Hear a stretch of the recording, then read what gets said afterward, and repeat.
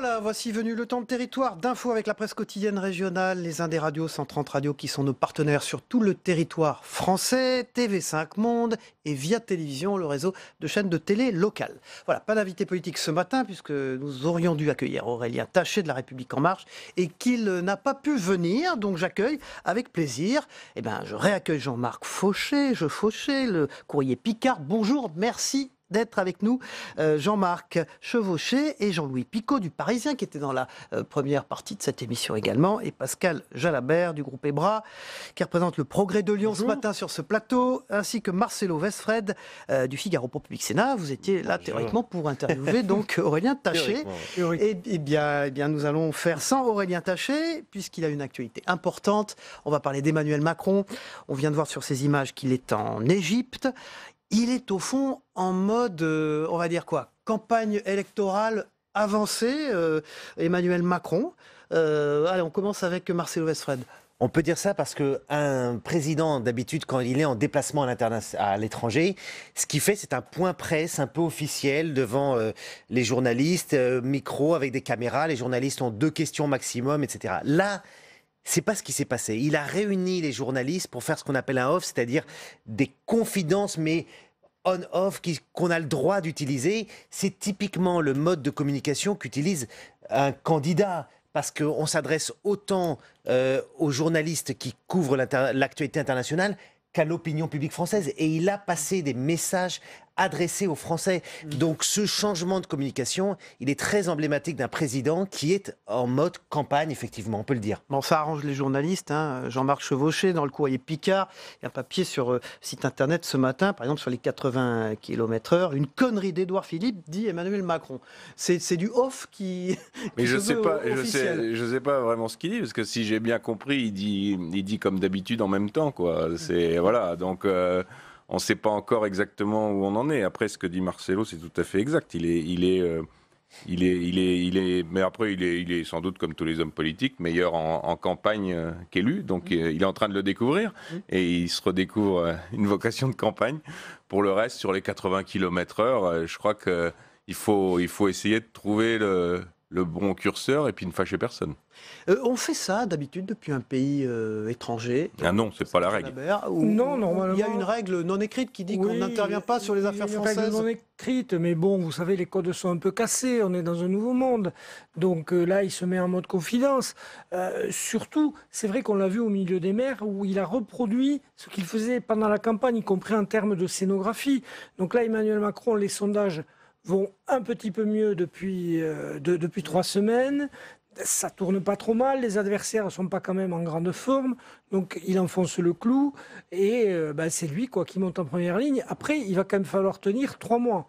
Et on ne sait pas encore qui va le relayer parce que... 3 mois, vous voulez dire jusqu'à la fin du débat national et jusqu'aux européennes. Oui, voilà, il y a un débat national, ça va enchaîner avec les européennes.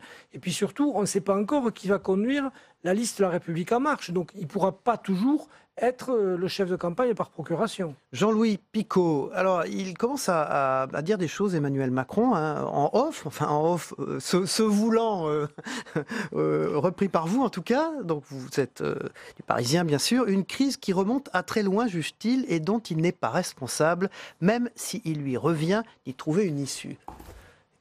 Intéressant. Oui, c'est... On ne peut pas dire vraiment le contraire, puisqu'on sait très bien que tout ce qui se passe depuis quelques mois en France... Mais il se dédouane un peu, là, en faisant ça, ou pas, en disant ça? Pas complètement, puisque la fin de sa phrase, qu'est-ce que c'est il faut quand même prendre les choses en charge. Voilà, il me revient d'y trouver une issue. Donc il ne peut pas non plus s'en tenir à dire ça n'est pas moi, j'étais pas là, ce sont les autres, moi c'est autre chose que je veux proposer. Il faut faire le pont. Et puis, bon, il était quand même là un petit moment sous François Hollande. Donc, il ne peut pas non plus se dédouaner totalement de ce qui s'est passé avant.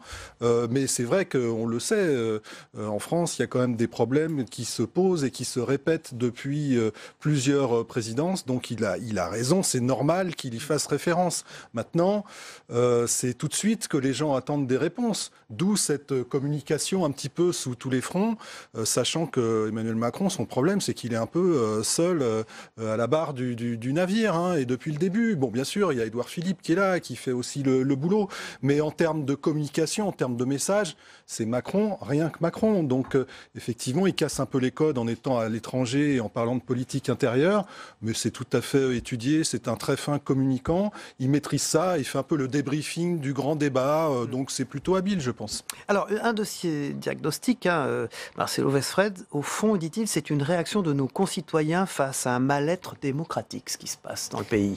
Oui, c'est pas faux. Et d'ailleurs, vous avez vu que le gouvernement a décidé de reporter la révision constitutionnelle pour essayer d'intégrer dans cette révision constitutionnelle ce qui sortira du grand débat, parce qu'il est bien conscient qu'il y a un souci, qu'il faut aller beaucoup plus loin.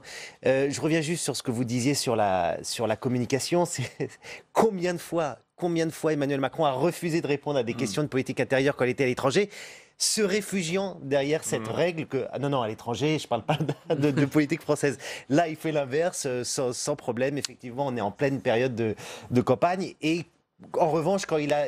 même ce qu'il dit, même ce qu'il dit sur le Venezuela, parce qu'il a fait des déclarations, il a fait des tweets, il a fait des communiqués, quelque part, c'est une façon d'envoyer une balle à Jean-Luc Mélenchon. Donc là, il est sur tous les fronts, mais vraiment, effectivement, en campagne, meilleur sans doute sur la conquête du pouvoir, la campagne, que sur l'exercice du pouvoir, comme on l'a vu en 18 mois. Jean-Marc Chevauché, le gouvernement a adopté un plan de relance du pouvoir d'achat de 10 milliards d'euros et Emmanuel Macron souhaite désormais prendre de la hauteur. Ça va dans le sens de ce que dit Marcelo Westphred. Prendre de la hauteur depuis l'étranger, au cours d'un voyage officiel, au fond, c'est une bonne solution.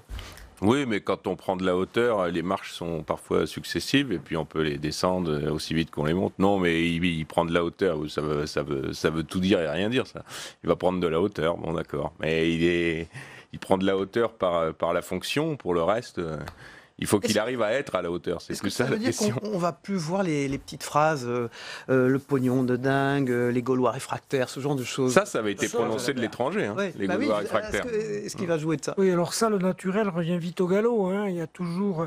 l'autre jour, par exemple, quand il était devant les maires de la Drôme, à un moment donné, il a lâché un « les enfants ». Non, mais ça marche pas comme ça, les enfants. Il dit donc bon, voilà, ça se dit un pas. Un peu paternaliste. Ouais, un peu de paternalisme, un peu professoral là au milieu. Jupiter revient vite, c'est ça que vous voulez dire? Bon, ça va revenir. Après, le défi pour lui, c'est en effet quand même de ne pas, ce que disait Jean-Louis tout à l'heure, c'est de ne pas rester tout seul. Là, il est dans un rapport de plus en plus direct avec les Français. Alors, il a essayé de remettre les maires en selle, les maires en selle, pardon.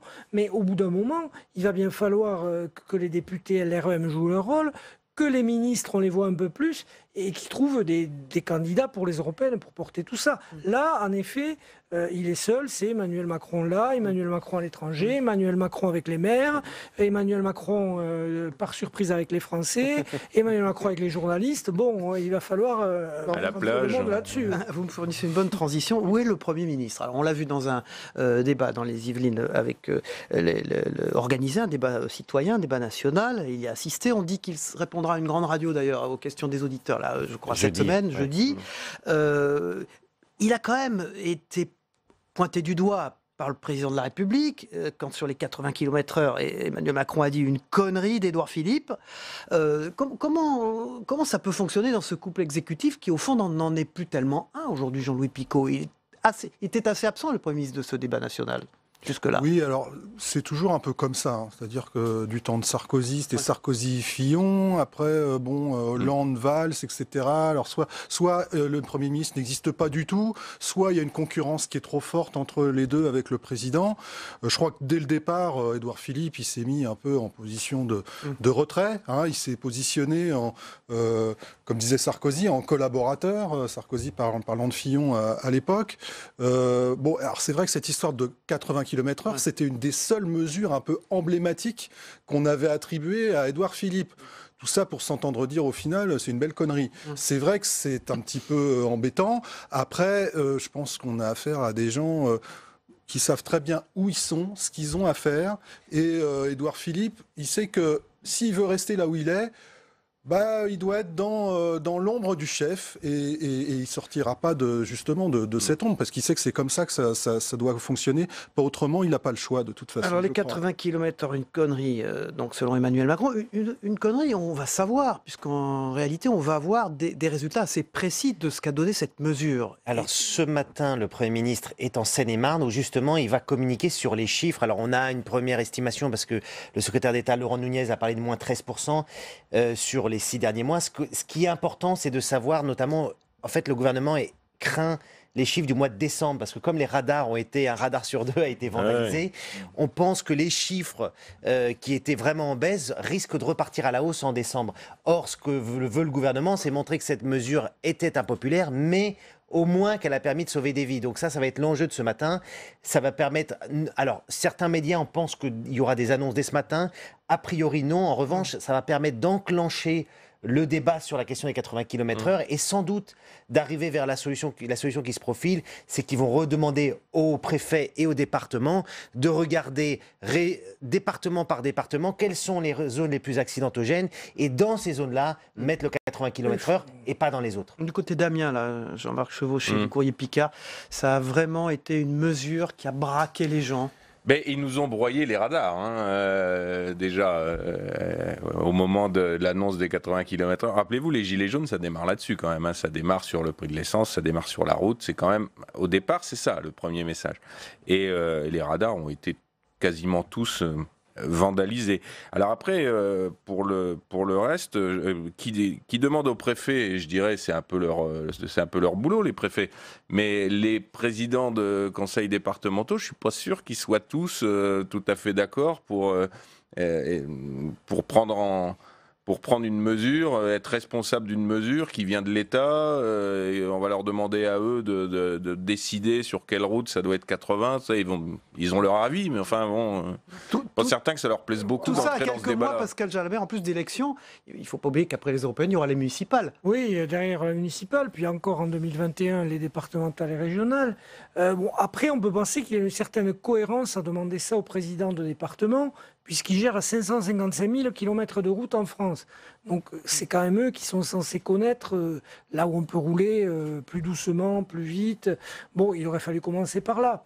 Et c'est vrai qu'on a eu un Édouard Philippe un petit peu droit dans ses bottes sur cette mesure. Alors après, ça va être difficile à évaluer, parce que les anti-80 vont dire « mais non, c'est pas ça ». Enfin, ça va être plus compliqué que les radars de Gilles de Robien en 2003, si je ne me trompe pas, où là, la mortalité avait brutalement baissé. On était passé, je crois, de plus de 5 000 à entre 3 et 4 000. Donc là, il y a eu vraiment un effet radar. Je ne suis pas sûr que ça se confirme dans les mêmes proportions. Ce qui est juste un petit peu difficile aussi, Pascal, c'est qu'il y a quand même très peu, pour ne pas dire pas du tout, de macronistes chez les présidents de conseils départementaux. Donc la politique, pour prendre ses droits à un moment donné, il y a des gens qui sont de l'ancien Parti socialiste ou ce qu'il en reste, et puis des républicains qui ne sont pas franchement dans la majorité actuelle. Donc si à un moment donné le débat redevient très politique là-dessus, ils peuvent aussi, ils sont pas du tout obligés de souscrire aux vœux du président. Jean-Louis Picot. Avec en plus des élus qui, au début du mandat d'Emmanuel Macron, s'estimaient sans doute à juste titre un petit peu mis de côté, et à qui en ce moment on demande pas mal de choses, c'est-à-dire le grand débat, l'organisation dans les communes, et puis là les 80 km/h. Bon, après on peut penser ce qu'on veut des différents sujets, mais c'est vrai qu'il y a des élus qui peuvent se permettre de dire: vous êtes gentil, mais vous revenez vers nous pour réparer les pots cassés. Au moment où ça ne va pas. Voilà. Et on est en train de s'apercevoir que les élus locaux sont parfois pas complètement inutiles. On va revenir sur les événements du week-end aussi. Éclat de grenade ou projectile tiré d'un lanceur de balles de défense. La grave blessure à l'œil samedi à Paris d'une figure du mouvement des Gilets jaunes. Jérôme Rodriguez relance la controverse sur l'usage de ces armes dites intermédiaires par les forces de l'ordre lors des manifestations. Marcelo Westfred, ça tombe assez mal quand même cette affaire au milieu du week-end. Alors on sait qu'il y a eu évidemment ce week-end, le dimanche, une marche républicaine venue, on va dire, un peu contrebalancer ce qui s'est passé samedi. Mais tout de même, quand même, ça tombe pas bien. Ça tombe tellement mal qu'on a eu une communication de la part du ministre de l'Intérieur, Christophe Castaner, pour faire état du fait que le préfet de police de Paris avait enclenché une enquête de l'IGPN, c'est-à-dire de la police des polices. Ça arrive rarement, ça arrive même jamais. C'est-à-dire que tout de suite, Castaner, qui était pourtant en défense de ses troupes, c'est un peu habituel, le ministre de l'Intérieur défend les policiers, là, tout de suite, il a compris qu'il y avait un problème. Et c'est vrai que ça vient percuter une tendance qui était plutôt au fait qu'il y avait moins de violence.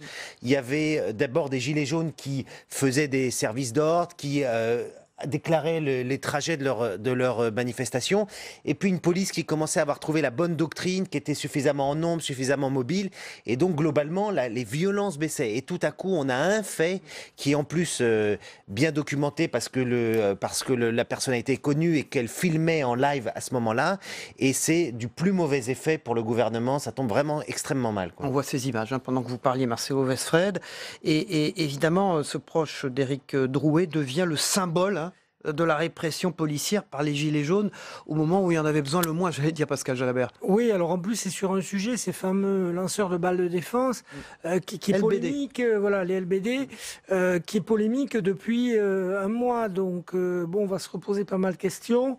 C'est en effet quelqu'un qui est un peu médiatique dans le mouvement.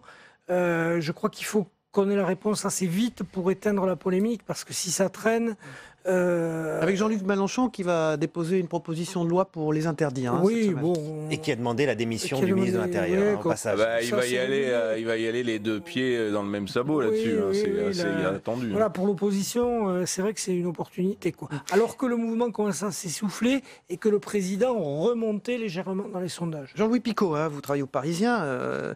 Ce dimanche, donc 10 500 personnes, selon la préfecture de police, ont participé à la marche républicaine des libertés, à l'initiative des fameux foulards rouges. C'est beaucoup, c'est important. C'est ni l'un ni l'autre, je pense. On s'attendait encore moins que ça. Enfin, moi, les chiffres que j'avais entendus dans la semaine précédente étaient encore plus bas. Bon, mais 10 000, ça reste quand même pas beaucoup. Pour soutenir justement. Alors, au départ, c'était pour soutenir Emmanuel Macron. Je veux dire, faut dire ce qu'il y a. Et moi, les gens que j'ai entendus ce week-end, c'était beaucoup de gens La République en marche. Même si du côté du gouvernement, on s'était bien gardé justement de s'exprimer davantage sur la question et de s'afficher dans ce mouvement. Donc bon, après, il est logique qu'il y ait des gens qui soient aussi là pour dire, nous justement, on est contre la violence, c'est la moindre des choses. Et puis la démocratie telle qu'elle fonctionne aujourd'hui, on y est attaché, on y est tellement attaché que nous, on a voté, on a élu quelqu'un et on a envie de voir ce qui peut se passer avec cette personne. Bon, c'est plutôt au sein. Je veux dire, les gens sont manifestes, les gens s'expriment. Pas de problème. Marcelo Westfred, il faut quand même une sacrée organisation, non, pour amener 10 000 personnes à manifester dans le câble, etc. On sait quels sont les... qui a encadré ça?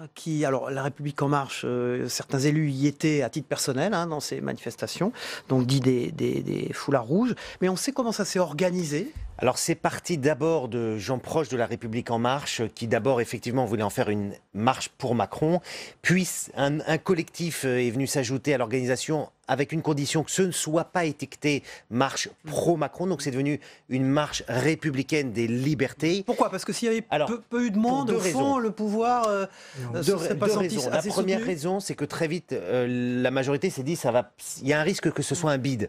Et si c'est un bide, on va comparer le nombre de gilets jaunes, il y en a eu 69 000 ce week-end, et le nombre de foulards rouges, il y en a eu 10 500. Donc ils ont dit, hop, on sort de là.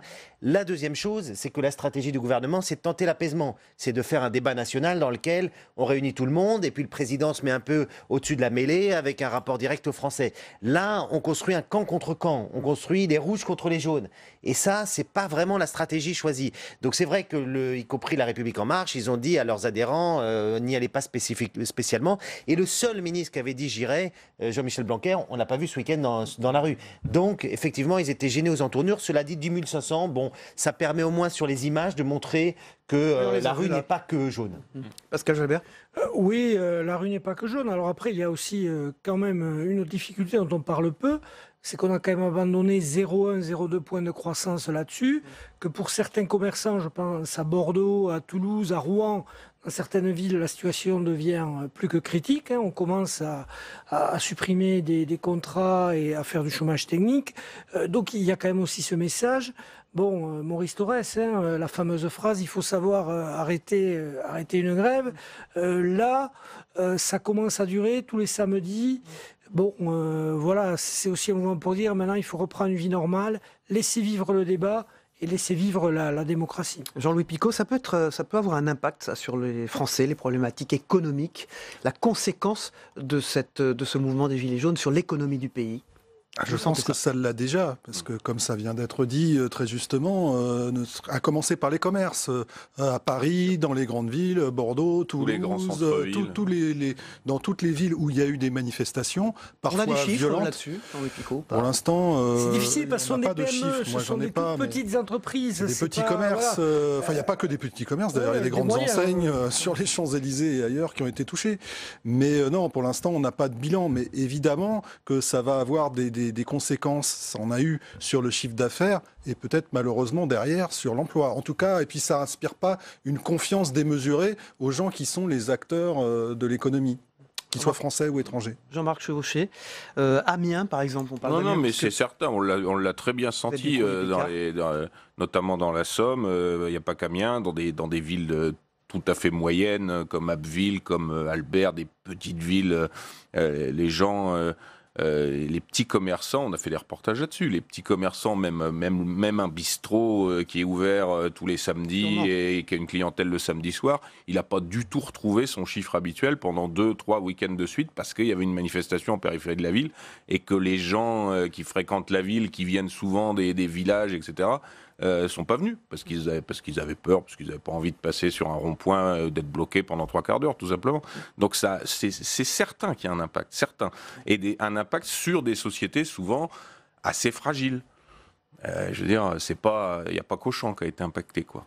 Un climat général qui peut se détériorer, Marcelo Westphred, une grève à l'appel de la CGT, d'ailleurs, qui va être suivie par les Gilets jaunes. Il y a deux choses. Il y a deux choses. Il y a un appel à une grève interprofessionnelle, c'est la CGT. Les derniers appels n'ont pas donné grand-chose. Et puis, il y a autre chose, mais le même jour, le 5 février, un appel à la grève générale, cette fois-ci par une partie des Gilets jaunes, dont Éric Drouet, et par Jean-Luc Mélenchon. Ça, c'est nouveau parce que la grève générale, c'est quand même rarement invoqué, c'est un peu la bombe atomique. Ça bloque le pays, mais il faut être en mesure de le faire. Ouais, et puis voilà, je veux dire, c'est à double sens. Et ça, exactement. Si ça ne marche pas, le mouvement se discrédite beaucoup. Le mouvement se discrédite beaucoup, et moi j'imagine mal, j'en sais rien, mais je vois mal la France s'arrêter le 5 février, puisque le mouvement, comme l'a dit Pascal Jalbert, est plutôt en phase d'atterrissage plutôt qu'en phase de décollage. Donc là, on a une frange un peu qui se radicalise dans la contestation. C'est Éric Drouet, mais c'est aussi Mélenchon qui court derrière les franges les plus radicalisées pour essayer d'attirer, de rallier à lui le maximum de gilets jaunes. Oui. On voit que c'est une stratégie pour l'instant pas extrêmement payante sur le plan électoral si on en croit les sondages. Oui, parce que c'est vrai aussi que le fait qu'il y ait une liste gilets jaunes, par Ingrid Levasseur, c'est une façon de sortir quelque part. C'est une sortie, ben oui, voilà, ok, maintenant on va faire de la politique. On existe dans le débat. Donc c'est vrai que la grève générale, c'est pas gagné. Il y a quand même un point qu'il faut surveiller, ce sont les fonctionnaires qui sont très remontés. On leur avait dit qu'on allait attendre, on ne sait pas trop si on fait la réforme très vite. Donc nous, Bernadette Groison, dans nos colonnes, la semaine dernière, la patronne de la FSU, qui est quand même le premier syndicat de fonctionnaires, disait s'il faut faire une grève, on va la faire parce que là, on ne peut plus. Jean-Louis Picot, je reviens sur cette image qu'a donnée la France avec ces manifestations. L'une des intervenantes dans la manifestation des foulards rouges disait ce week-end sur CNN, ça tourne en boucle, cette Parisienne disait « Plus personne n'a envie de venir en France ». Est-ce que là aussi, il y a à attendre, j'allais dire, des conséquences sur l'attrait de la France ? Peut-être pas exagérer non plus. Je crois que les chiffres du tourisme, ils sont plutôt bons. Alors, bien sûr, il y a forcément des effets, notamment les manifestations les plus violentes en décembre, avec les images des Champs-Élysées, de l'Arc de Triomphe, qui effectivement ont tourné en boucle partout dans le monde. C'est pas très bon pour l'image du pays et sans doute pas pour l'économie. Cependant, encore une fois, il y a des chiffres, je ne crois pas me tromper en disant qu'il y a des chiffres du tourisme qui étaient bons. C'était reparti après, bien sûr, la période terrible post-attentat d'il y a 2 ans. Mais bon, il faut voir effectivement la suite. Je pense que les prochaines semaines, les prochains mois vont être décisifs d'ici cet été, de ce point de vue-là. Et l'image de la France en Europe, Marcelo Westphred, par exemple, ça compte aussi? Oui, ça compte bien sûr. Alors là, en plus, on rentre dans le contexte des européennes. Donc Macron va essayer de mouiller la chemise. Il va essayer de montrer qu'il peut changer la donne. Le problème, c'est qu'il est très isolé. Notre allié, l'Allemagne, Angela Merkel, est affaibli. On a vu comment ce traité de l'Élysée revu et corrigé qu'a donné le traité d'Aix-la-Chapelle a finalement été plus un problème politique et médiatique à gérer qu'une opportunité. Donc, le gouvernement italien n'est pas très favorable à Emmanuel Macron. L'Italie passe son temps à nous envoyer des pics. C'est vrai que sur le plan européen, la France n'est pas en dynamique. Ouais. Pascal Jalbert. Oui, c'est un peu compliqué. Mais quel pays il l'est? Mais voilà, voilà ce que j'allais dire. La difficulté, c'est que dans aucun pays européen aujourd'hui, il y a une majorité qui soit une majorité stable et réelle. Il y a des coalitions partout un peu bancales. Je crois qu'en Espagne, ils gouvernent avec 83 députés sur 300 et quelques. Donc bon, voilà, c'est partout des gouvernements affaiblis, des oppositions qui sont assez disparates parce que, très bien, Emmanuel Macron, quand Mélenchoni n'est pas majoritaire dans le pays, ok. Mais qu'il est aujourd'hui. Dans les derniers baromètres politiques que l'on voit, à part Nicolas Hulot, ils sont tous à s'enfoncer jusqu'à trouver du pétrole. Donc au bout d'un moment, non, mais c'est vrai, il n'y a pas de crédibilité aujourd'hui. La conclusion, Jean-Marc Chevauché. Tout à fait juste. Alors, simplement, juste sur l'histoire de la grève générale et de ce que Mélenchon et compagnie, je veux dire, toute cette partie-là, toute cette frange-là de la gauche veut susciter. Moi, à mon avis, si Mélenchon se mêle à ça, ça a toutes les chances de mal partir. En revanche, si ça revient sur quelque chose d'assez spontané et populaire, comme on l'a vu au début des Gilets jaunes, il peut se passer quelque chose avec tout ça. Parce qu'aucun d'entre nous, je pense, autour de la table, n'a été assez malin pour savoir que les Gilets jaunes allaient arriver au début du mouvement. Donc méfions-nous de ce qui peut arriver par la suite. Vous allez parler pour les autres, là. Merci beaucoup. Jean-Marc Chevauché, vous êtes rédacteur en chef adjoint au Courrier Picard. Merci beaucoup Jean-Louis Picot, vous êtes rédacteur en chef, du supplément Écho du Parisien, avec un sujet sur les auto-entrepreneurs ce matin dans le supplément Écho. Pascal Jalbert pour le Progrès de Lyon. Vous dirigez le groupe parisien EBRA, voilà, qui regroupe 9 journaux de la presse quotidienne régionale, on le rappelle. Et puis Marcelo Westphred du Figaro pour Public Sénat. Merci messieurs d'avoir commenté, disséqué, décrypté l'actualité pour nous. On regarde ensemble d'ailleurs le Zap Matin de Christophe Combarieux, ce qui s'est passé hier soir dans les journaux télévisés, les émissions politiques et aussi chez nos confrères dans les autres matinales ce matin. On regarde ensemble, on se retrouve après. Jérôme Rodriguez, l'une des figures du mouvement des Gilets jaunes, qui s'est effondré hier alors qu'il était en train de filmer, de diffuser une vidéo en direct sur les réseaux sociaux pendant le 11e mobilisation des Gilets jaunes, touché par un projectile. Il est très grièvement blessé à l'œil. Les faits dont a été victime M. Jérôme Rodriguez sont des faits graves, bien évidemment. J'ai une pensée pour lui, comme j'ai une pensée pour la plus de 40 policiers qui ont été blessés hier sur l'ensemble du territoire national. Il faut interdire ces armes, que ce soit les flashballs, mais y compris, c'est des armes à distance. Ça vous a pas échappé? Il n'est pas possible qu'un jeune ou un moins jeune qui va manifester soit handicapé à vie et perdu un œil à vie parce qu'il a manifesté. Il faut interdire ça. Il serait absolument irresponsable de nous priver de cet outil dans le contexte de violence que nous connaissons actuellement, et notamment à la fin des manifestations Gilets jaunes, qui dégénèrent maintenant de manière systématique. Et le lanceur de balles du défense est une des armes intermédiaires qui est absolument indispensable au maintien du bon ordre républicain. Là, on a entendu la colère et que maintenant, il faut que cette colère, elle se transforme en proposition. On ne peut pas rester dans un pays en colère, dans un pays clivé et dans un pays de haine où des gens se montent les uns contre les autres. Il faut vraiment qu'on travaille à l'unité et qu'ensemble on trouve des propositions et comment on transforme ces colères en solution finalement. Combien de manifestants blessés qui ne retrouveront jamais l'usage de leurs mains, de leurs yeux, etc. C'est pas la première fois et là c'est accablant, c'est accablant. Le ministre Castaner est incapable de faire face à l'organisation de la paix publique. Et donc autrement que il doit s'en aller. Enfin, à combien de morts, à combien d'éborgnés Monsieur Castaner va considérer que... Vous demandez la démission de Christophe Castaner. Je crois que c'est assez clair et nous l'avons dit à plusieurs déjà. Quand on appelle à la démission de Castaner, à la démission du président de la République, quand Jean-Luc Mélenchon dit il faut dissoudre l'Assemblée nationale, ce n'est pas du débat. C'est un coup politicien. C'est de ça dont il s'agit. C'est pour les uns de jouer la revanche, parce qu'ils n'ont toujours pas digéré, ils l'ont là, l'élection présidentielle. Pour d'autres disent de toute façon nous, on s'en fiche, donc on veut y aller, on veut taper. Mais enfin... Est-ce que c'est vrai que vous étiez contre le grand débat ? Non, ce n'était pas vrai. Moi, j'ai expliqué. Ah bon, c'est ce qu'on a lu. Oui, on ne dit pas toujours des. Faut pas toujours croire les médias. J'ai été, comme d'autres ministres qui sommes habitués à la vie publique, notamment à la vie publique locale, de dire qu'il faut bien sûr discuter. Quel élu ne discute pas avec sa population, à la condition que les choses soient cadrées et qu'à la fin on en tire des conclusions. Voilà, on passe à la troisième partie de notre émission avec Territoire Sénat dans un instant. À tout de suite.